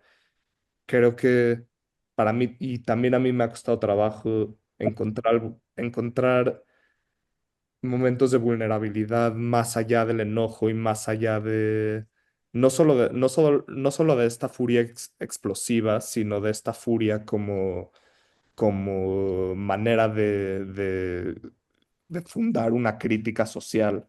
Muchas veces entendemos que el enojo es corrosivo y peligrosísimo, pero pero tal vez las partes que para mí han sido más corrosivas y más peligrosas del enojo han sucedido en niveles casi conceptuales, ¿no? En maneras de fundar una cosmovisión a través del enojo, que es que sí, hay que tener muchísimo cuidado con eso. Muy bien. Muchísimas gracias, Rodrigo. Iván, Heidi levantó su mano. No sé, Heidi, si quieres abrir tu micrófono antes de pasarle la palabra a Rocío. Sí, no me puedo quedar sin como saltarme otro rol, que es ser mamá. Y al escucharte y al verte, eh, quisiera, si nos quisieras compartir, que a lo mejor tiene que ver con tu libro, pero no, ¿qué ha sido lo que más aprecias de la manera en que tus padres y específicamente tu mamá te ha acompañado en la vida con esta intensidad de ser que le fue regalado para ser acompañado como hijo, ¿no? Y hablas de tu adolescencia y esto que a lo mejor son pesadillas que como papás decimos, ay, que no vaya a entrar por ahí mi hijo, ¿no? Que no vaya a vivir fumándose un porro todo el tiempo, que no vaya a cuestionar demasiado, pero sí, ¿no? O sea, es una tensión compleja como, como papá, mamá, acompañar a un hijo que tiene ese nivel de profundidad e intensidad como el que tienes tú. Entonces, ¿qué es eso que tú sientes ha sido valioso de tus padres, específicamente de tu mamá que te ha acompañado en la vida para que hoy seas esta persona que está en este proceso tan hermoso de expresión y reconciliación? Sí, es buena pregunta. No, no creo que haya sido fácil para nadie, en especial para mis papás. Y ahora que yo tengo una hija, ahora me he estado revaluando mi rol como hijo desde una perspectiva. Es muy lugar común, ¿no? Que cuando tienes hijos, de pronto le perdonas todo a tus papás y te dan ganas de pedirles perdón. Pero sí, no. Yo he pasado por momentos complicadísimos. Soy una persona súper obsesiva, entonces mi mamá, una de las cosas que más le agradezco a mi mamá es que nunca me hizo sentir que eran ridículas mis obsesiones momentarias. Ella sabía que se iban a terminar, ella sabía que eran fases, pero en vez de tomar esta actitud de como, sí, bueno, esta es tu nueva pose de la semana, ella también le entraba, ¿no? A la música que estaba escuchando, a la ropa que me estaba poniendo. Y mientras fui creciendo se fue complicando ese asunto porque de pronto recuerdo, uno de los momentos que más arrepentimiento me causan en este sentido es un día yo estaba leyendo mucho nihilismo, etcétera, y platicando en la comida del domingo, ni siquiera con gran emoción, dije como, yo creo que hubiera estado mejor nunca haber existido. Casi como una postura filosófica, ya sabes, divirtiéndome con el asunto, y de pronto veo la cara de mi mamá como se derrumbó este sentimiento de tener un hijo que está diciendo que ojalá nunca hubiera existido. Ese tipo de pequeños deslices que digo sin pensar y que de pronto salen las mejores cosas que he dicho y de pronto la cago durísimo. Ese tipo de cositas. De pronto solo eres hijo, porque así somos Exacto. los hijos. De pronto Sí, solo te sí, permite. claro. Y tienes una madre y un padre que te permiten solo ser el hijo, ¿no? Exacto. También que eso está padrísimo. Muchas Muchas gracias. gracias, Iván. Le damos la palabra a Patti y vamos Ah, cerrando. rapidísimo, ya mencionaste un autor que es Robert Sapolsky. Quería ver si nos podías dar tres o cuatro autores que sientas que te hayan influenciado o inspirado más profundamente. Sí, claro. Bueno, pues en el contexto de este libro, justo antes de, creo que los autores que más me han influenciado son autores que me han inspirado este sentimiento de, hay un sentimiento muy específico que me encanta en la literatura, que es como, este autor está rompiendo reglas que, que de hecho solo existían en mi mente, como, se vale hacer esto. La primera vez que lo sentí fue con los cuentos de Cortázar, cuando de pronto en cartas a una señorita a París empieza a vomitar conejitos. Sí, Como, genial. no se puede vomitar conejitos. Como, espérate, la literatura no es lo que yo sentía. Cien años de soledad, obviamente, es un libro así. Al cuarto Aureliano te das cuenta que estás en un mundo en el que no es fácil, en estos mundos en el que no hay de dónde agarrarse. Pero en el contexto de este libro, eso me sucedió con la autora estadounidense Ottessa Moshfegh, que les recomiendo muchísimo. Libros divertidísimos, libros muy profundos, pero con una profundidad muy filosa y muy bella. Em, sí, tal vez también Knausgaard, este autor noruego que escribió una autobiografía, la autobiografía más brutal del mundo. Escribió esta autobiografía y lo divorciaron, lo demandaron, quedó, fue como este harakiri literario en 6 volúmenes, que es para mí una de las experiencias más hermosas que he tenido como lector. Sí, no, pero hay demasiado. Tal vez eso es un buen comienzo. Gracias. Qué maravilla, qué maravilla. Gracias, Iván. Vamos a ir acercándonos al cierre. Le damos la palabra a Rocío para poder, pues, enmarcar el principio del final de esta conversación. Bueno, a ver, gracias Frida, pero a ver, Iván, cuando Iván tenga ganas, dice, levantarse a hacerse otro cafecito con sus pantuflas, bueno, pues a lo mejor ya cerramos el chat, ¿no? Pero o aquí el Zoom.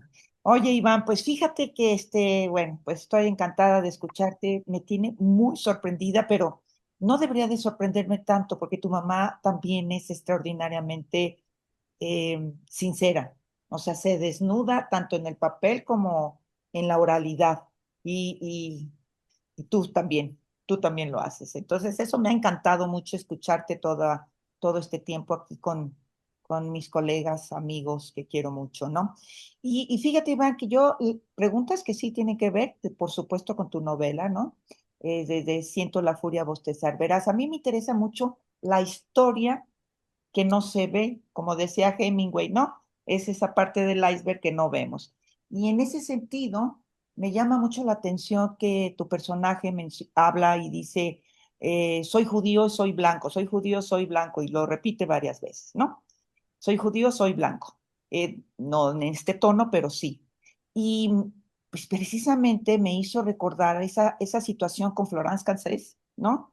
En donde, pues tal cual, un judío mexicano de gran poder, pues bueno, cuando ella por fin la logran sacar de la cárcel aquí en México, a esta francesa, él le recuerda y le dice, no se te olvide que nosotros somos los blancos. Ahora, pues es escalofriante y es escalofriante lo que hablas. Por ejemplo, a mí me asusta incluso lo que se dice sobre lo que dice el personaje sobre el Mossad, esta parte central, ¿no? Donde se concentra toda la inteligencia israelí o israelita. Y entonces mi pregunta es, ¿no tuviste alguna vez miedo? ¿Tu editor no te dijo, a ver, aquí aguas? Este, de que el Mossad se fuera contra ti, contra tu madre. La verdad que sí, Ujú. pero no solo eso, un miedo más allá de ese miedo, el miedo de estarle echando gasolina al fuego en una situación donde ya hay suficiente gasolina y más que suficiente fuego. Por una parte, el miedo a en círculos así no tengo este miedo y no, y obviamente ustedes son lectores sutiles que están leyendo más allá del texto, pero sí he tenido situaciones en las que se nota claramente que alguien que ya venía al texto con sus propios prejuicios lee el texto con una literalidad ingenua y sale diciendo como, pues los judíos sí son todo lo que yo pensé que eran, son unos monstruos, y no se dan cuenta que está siendo filtrado a través de los ojos de este personaje que claramente no es un narrador al que le puedes confiar todo lo que te está diciendo, ¿verdad?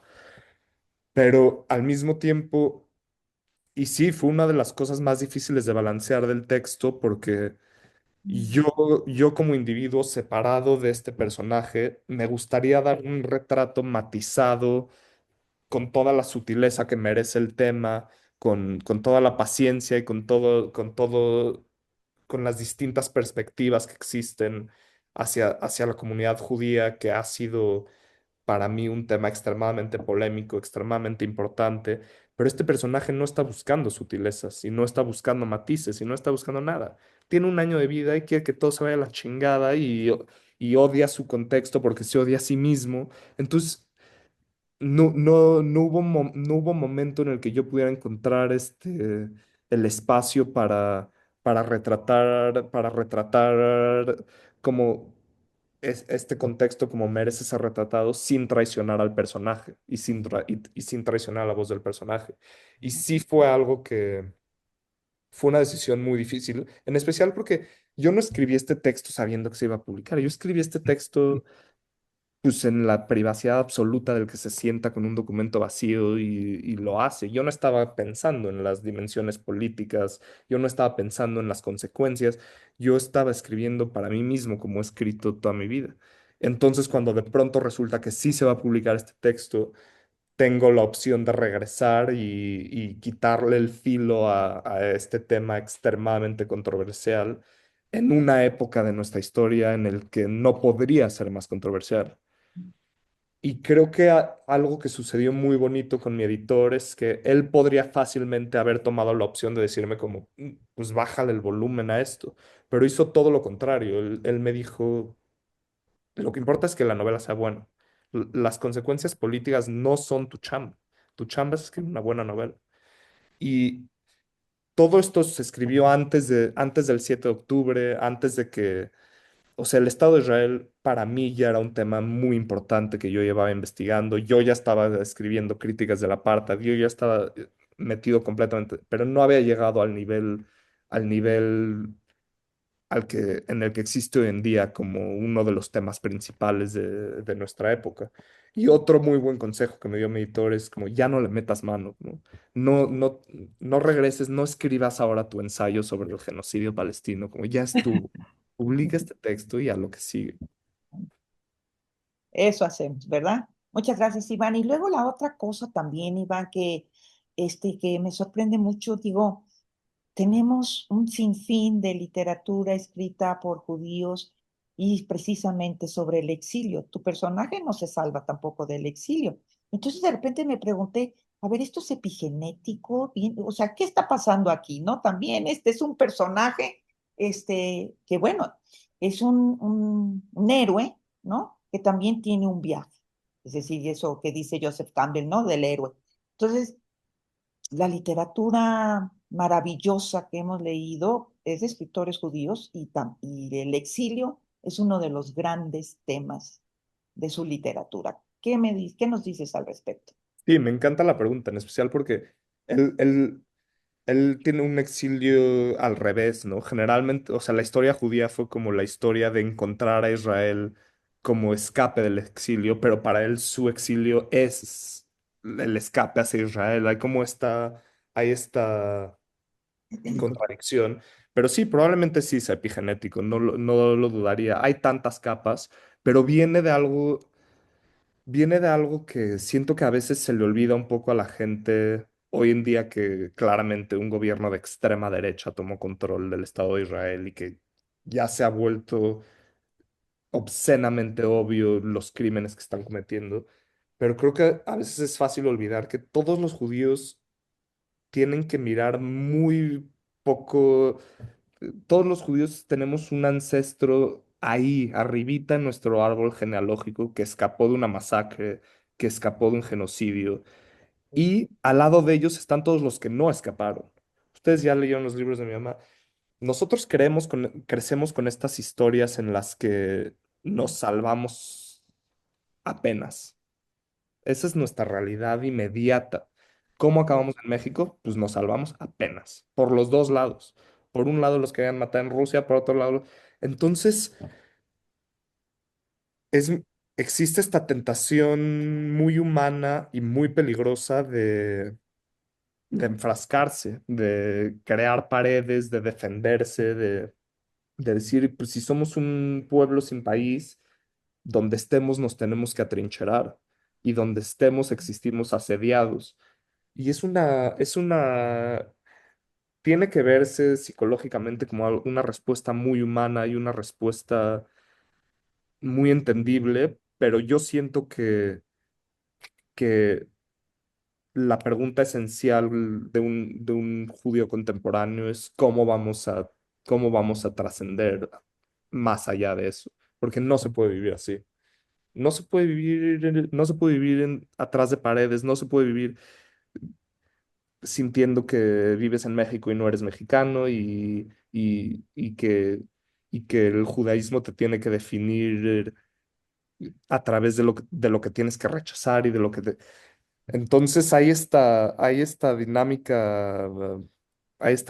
muy difícil de navegar en la que nuestro pasado, queremos honrar nuestro pasado, queremos Sí. existir en nuestras raíces, pero al mismo tiempo, pues, ¿hacia dónde va a ser la evolución si tenemos todo este peso ancestral?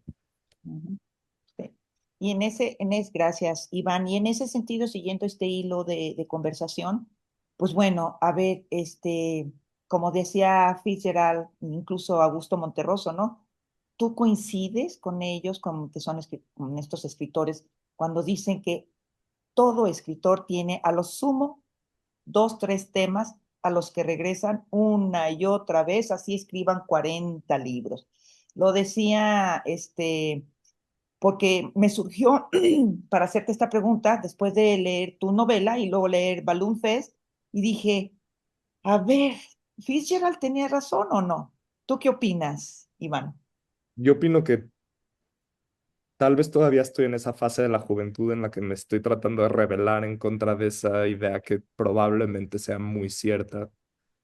Y aún los escritores que más versátil, aún los escritores más versátiles de la historia, pues sí han tenido que pues, escribir desde sí mismos y eso los lleva, incluso cuando tratas de escapar de la repetición temática y la repetición, siento que no hay de otra. Es algo que me deprime un poco, en especial porque creo que tal vez la chamba del escritor es escribir a pesar de esa verdad, ¿no? Porque si la aceptas y empiezas a escribir adentro, pues ya te vas a empezar a repetir. Entonces, esta chamba en la que sabes que tienes que empujar en contra de esa tendencia, pero sabes que vas a perder, pero sí tienes que empujar. Porque si no, Pues porque si bueno, no- no. Morir en el intento, ¿no? Exacto. Morir en el intento. Y bueno, ya finalmente, Iván, ya te quitamos mucho tiempo. Bueno, yo me podría quedar aquí hasta tarde, pero Yo también, yo también. sé que tu café te está esperando o no. No, para nada. Yo estoy muy... Ah, maravilloso. Pues mira, también no queríamos ser tan insidiosos, así, muy quisquillosos, pero sí tengo que hacerte esta pregunta. Es cierto que ya le contestaste a Juan Pablo de que sí estuviste con Beatriz Rivas en sus talleres. Tu mamá también nos platicó, nos confesó y nos platicó que también estuvo ahí. Pero sí, sí tengo que preguntarte esto. A ver, desde el título de tu novela, Iván, el uso, la utilización de figuras retóricas es abundantísimo en toda la novela, desde oxímoros y bueno, ¿no? La prosopopeya de la portada, pues, el título de tu portada y todo. Entonces yo digo, bueno, puede ser que Beatriz le haya hecho así como unas sugerencias, estilísticas, ¿no? A la hora de presentar su manuscrito. Pero sabes una cosa, Iván, escuchándote, digo, no, este muchacho así habla con figuras retóricas. Entonces veo que se te da, pero bueno, a lo mejor tú tienes otra respuesta a ello. No, sí, todo yo. Nunca admitiría lo que me dieron los demás, entonces. Sí, No, sí. No, pues sí, todo yo. Todo yo. Dice. Es, todo yo. no sé, Rocío, porque me permitas la interrupción, pero No, adelante, la, adelante. la riqueza que ha significado esta conversación y conocer la mente de quien gestó y que a través de un acto de valentía y de generosidad nos libera a muchos y nos abre un camino de expresión, de liberación, de esta no cuerda cordura, ¿no? Porque vivimos en una sociedad que le llama cordura a lo que se ajusta, a cosas que son realmente enfermas, que son tóxicas, que nos han mantenido en la injusticia, en la desigualdad, en una serie de cosas, pero mientras se ajuste es normal, es cuerdo, ¿no? Y este arquetipo del loco que es el que se ha liberado de las estructuras, de la dependencia al condicionamiento, a la sociedad, y, y ya no lo manda nadie, ha alcanzado este espacio de cordura, que es la locura. eh, Me parece que le da a esta pieza una profundidad bellísima, esta conversación y la generosidad con la que te compartes. Me parece que eso también es muy, muy bonito, y yo en lo personal de verdad lo quiero enfatizar y agradecer, porque ha sido hasta el momento maravilloso. Muchísimas gracias, de verdad que lo aprecio muchísimo y sí ha sido muy, muy bonito. En especial, sí, ¿no? Este tipo de conversaciones creo que para mí hacen que valga la pena las partes duras y las partes difíciles de la chamba. En especial, hay algo muy hermoso de haber escrito este libro un poco con este sentimiento casi infantil de nadie me entiende. Escribí este libro en una época en la que me acababan de rechazar una novela. Yo sentía que tal vez no se iba a armar esto de ser escritor y de pronto encontrarme con gente brillante y lúcida que me leyó y que quiere compartir conmigo no les puedo explicar lo hermoso que es. Qué Pues tu, padre, Iván. y tu final, el final de tu novela, Iván, es portentosa. Es decir, es un metafinal. Y eso a mí, o sea, ya ves que en literatura, la parte tradicional de las letras, ¿no? Del estudio de las letras, hablan, es un final abierto, no, de abierto no tiene nada. El personaje se murió porque estaba escribiendo, pero estaba escribiendo hasta llegar a su propia muerte, y eso me pareció genial. Claro, es mi interpretación como lectora. Tú tendrás seguramente otra opinión de tu No, final. es justo eso. Ujú.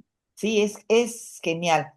No, bueno, pues nosotros sí queremos decirte, Iván, que pobre de ti si te rajas en seguir escribiendo, ¿eh? No está Justo, permitido, no te lo permitimos, Nunca, no, nunca. nunca, justo, exacto. justo parte de lo que yo quiero preguntarte, Iván, así, directamente, es ¿qué más hay de Iván Cherem para quienes te leemos? ¿Qué traes por ahí planeado? ¿Qué viene Qué viene, después premisa. de Siento la furia bostezar? Dijiste algo que me encantó y lo compartimos mucho en la comunidad de autores, de escritores, de alumnos, de Rocío, etcétera, que es precisamente que muchas veces cuando nos acercamos a la escritura, ya sea de forma muy orgánica, como tú lo viviste desde niño a través de tu mamá, eh, o cuando de alguna forma, por procesos de vida, por lo que sea, ¿no? Nos acercamos a la escritura, encontramos en ella mucho más allá de lo que incluso nosotros mismos le entregamos, ¿no? Y para mí no queda ninguna duda de los beneficios, de el gozo tan grande que es tener una relación de amor con las letras.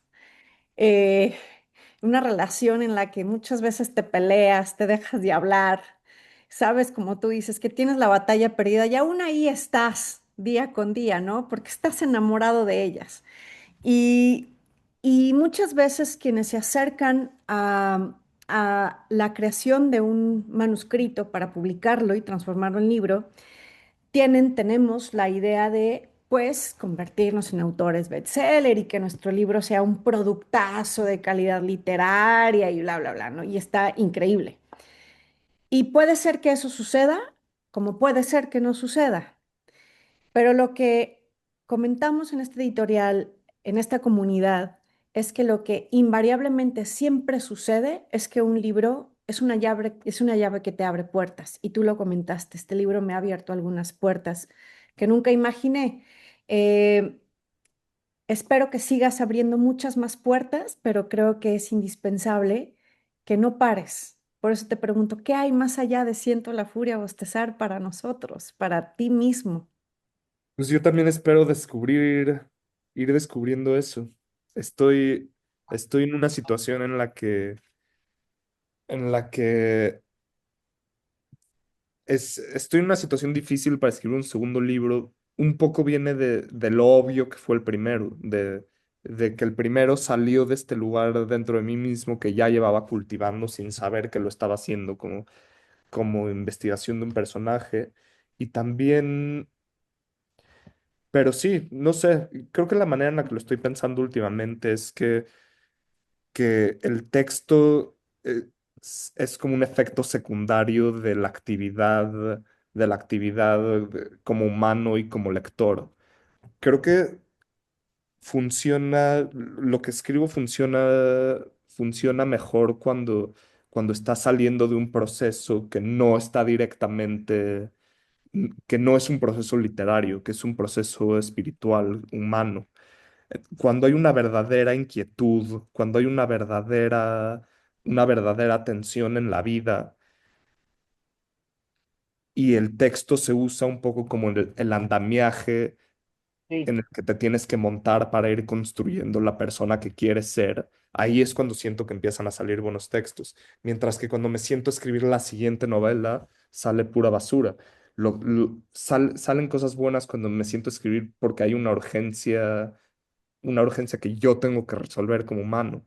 Y entonces sucede esta cosa interesante en la que al lector le toca verte a ti mismo explorar una idea que tú no estás presentándole a él, tú te le estás presentando a ti mismo. Tú necesitas el papel para más o menos tener un registro del pensamiento, ¿no? Y ahí es cuando siento que suceden cosas interesantes. Lo difícil es que ese proceso no puede fingirse y, y, Sí. y, y no puede suceder orgánicamente. Nos tenemos que despertar todos los días y escribir, pero no siempre puede orgánicamente suceder esta urgencia de la que sale el buen texto. Entonces tenemos que vivir con la realidad de que se tiene que escribir mucho mal texto. Al menos yo tengo que escribir mucho, mucho mal texto. Y espero que empiece a salir lo bueno, pero ahorita estoy en fase de mal, tal vez. Llegará, llegará. Pero Ya esto, les avisaré, me encantará. pero esto Perdón. que Oye, mencionas, un segundito, Frida, déjame nada más hacer esta acotación claro. pequeña, ya no te interrumpo, Frida. Pero esto que mencionas sí es cierto, por ejemplo, a mediados de los años del siglo pasado, pues los escritores, ¿no? Una regla, tienes que sentarte a escribir todo. Es decir, profesionalizaron el trabajo del escritor, ¿no? Y está bien también, es decir, si te funciona, pues adelante. A lo mejor escribiste 20 cuartillas de las cuales quedan 2 líneas. Bueno, está bien, se vale. Pero, pero esto que mencionas tú tiene mucho, no sé por qué, mira, María Zambrano también lo decía. Uno no se siente a escribir porque tiene uno necesidad de hacer literatura, no, sino porque la vida te está exigiendo que lo expreses. Y cosa lo decía María Zambrano, que también es filósofa, igual que tú. Entonces, pues es cerrarnos en una sola camiseta, pues no, yo creo que no. Supongo que es como a cada quien le funcione, ¿no, Iván? Sí, claro, pero sí, 100%, pero ahí hay un contraste muy difícil de navegar, que es las ganas de escribir son todo lo hermoso de la vida y las ganas de ser escritor son cáncer, ¿no? Entonces, la manera en la que quieres ver el mundo puede resultar en literatura hermosa y la manera en la que quieres que el mundo te vea a ti va a resultar en todo el sufrimiento y en todo el engaño y entonces estás navegando esta situación y se mezcla con lo que decías también hace rato, que decías que queremos escribir un bestseller, que queremos que el libro se ha vuelto un producto comercial, aparte vivimos en un mundo en el que escribes algo y inmediatamente sabes que lo puedes poner y se va a volver viral o no, ya ni siquiera es como voy a ser leído o no, es como voy a ser un virus en la sociedad. Entonces, y no sé cómo se le hace para defendernos de este mundo, porque al mismo tiempo queremos que el texto acabe siendo, sí lo queremos compartir, ¿no? Pero nos tenemos que defender desde su mirada. Y hay esta relación rarísima y dificilísima de navegar en la que, sí, en la que está todo lo bonito, pero también está toda la vanidad y escribes porque necesitas escribir por una urgencia existencial, pero al mismo tiempo ahí están las ganitas de que te aplaudan y que te vean como escritor y pues sí, se complica. Como todo en la vida. Como ser humano por momentos, pero me parece que ninguno de nosotros podemos negar que esta autenticidad de que el texto termine siendo el resultado de meramente el registro de contestarte y de descubrirte y de ir hacia adentro y luego salir y expresar y no desde esta necesidad, ¿no? Y creo que la autenticidad es una forma de resistencia. Creo que resistirnos a ese apetito, ¿no? De darle al mundo lo que quiere y que también viene de afuera este apetito, pero también viene de adentro el impulso del aplauso y el reconocimiento. Entonces, realmente es un acto de rebeldía y de resistencia mantenerse auténtico, como dice la expresión por amor al arte, que es la expresión y la sublimación de esta experiencia interna tan personal y que no está buscando agradar, ¿no? Vemos que el artista escribe para sí mismo, compone para sí mismo, pinta para sí mismo, y cuando lo hace para agradar o para convertir su obra en como dices tú, no lo pudiste haber hecho mejor, se vuelve un cáncer, ¿no? Se vuelve un cáncer y transgrede, digamos, el espíritu del arte. Y eso por lo menos creo que es algo que tú has cuidado y has sido exitoso en tu resistencia. Gracias, pues sí, esa es la batalla. Ujú. Muy bien, pues yo creo que ya podemos despedirnos, Frida, Juan Pablo, como ven, todos. Gracias. Oye, Iván, pues de verdad muchísimas gracias. Espero que nos veamos pronto porque nos debes los cuentos que has publicado o que por lo menos que has escrito. Total, tú mándalos. Aquí tienes tus lectores fieles y Muchísimas gracias. para volver a conectarnos más temprano que tarde. Muchísimas gracias. Ha sido muy bonito platicar con ustedes. Gracias. Muchas gracias a ti, Iván, Iván. para nosotros ha sido un gozo enorme descubrir al escritor detrás de la portada, a ese chavo auténtico, resistente, eh, brutalmente honesto y en congruencia a lo que plantea su personaje. Qué chido poderte sentir así de directo, es la intención de este espacio, conocer lo que está más allá de las letras.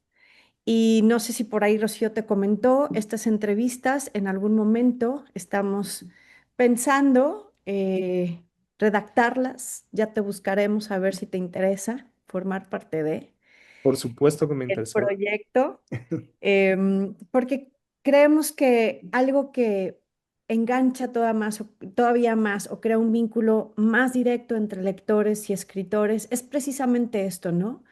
em, Quitarnos las capas de aquello de lo que la propia publicación nos viste y nos reviste.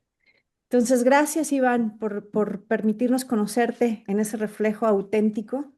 Gracias por darnos la oportunidad de leerte y de estar aquí conectado en estos minutos de tu vida, dejando un poquito de lado ahorita a tu hija, a tu pareja, a tu cafecito y todo lo que sea que hayas tenido que haber estado haciendo.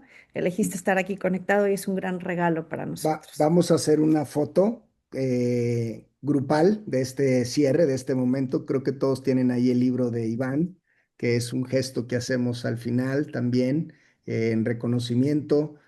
No terminamos de agradecer a todos, a Rodrigo, a Blanca, a Patti, a Juan Diego, a Lore, Si quieres a tomar, agarra tú y Heidi, yo tomo aquí. a Karen, a Rocío por provocar estos momentos tan íntimos. De verdad, gracias, gracias, gracias por este momento. Vamos a tomar una foto, denos un segundo.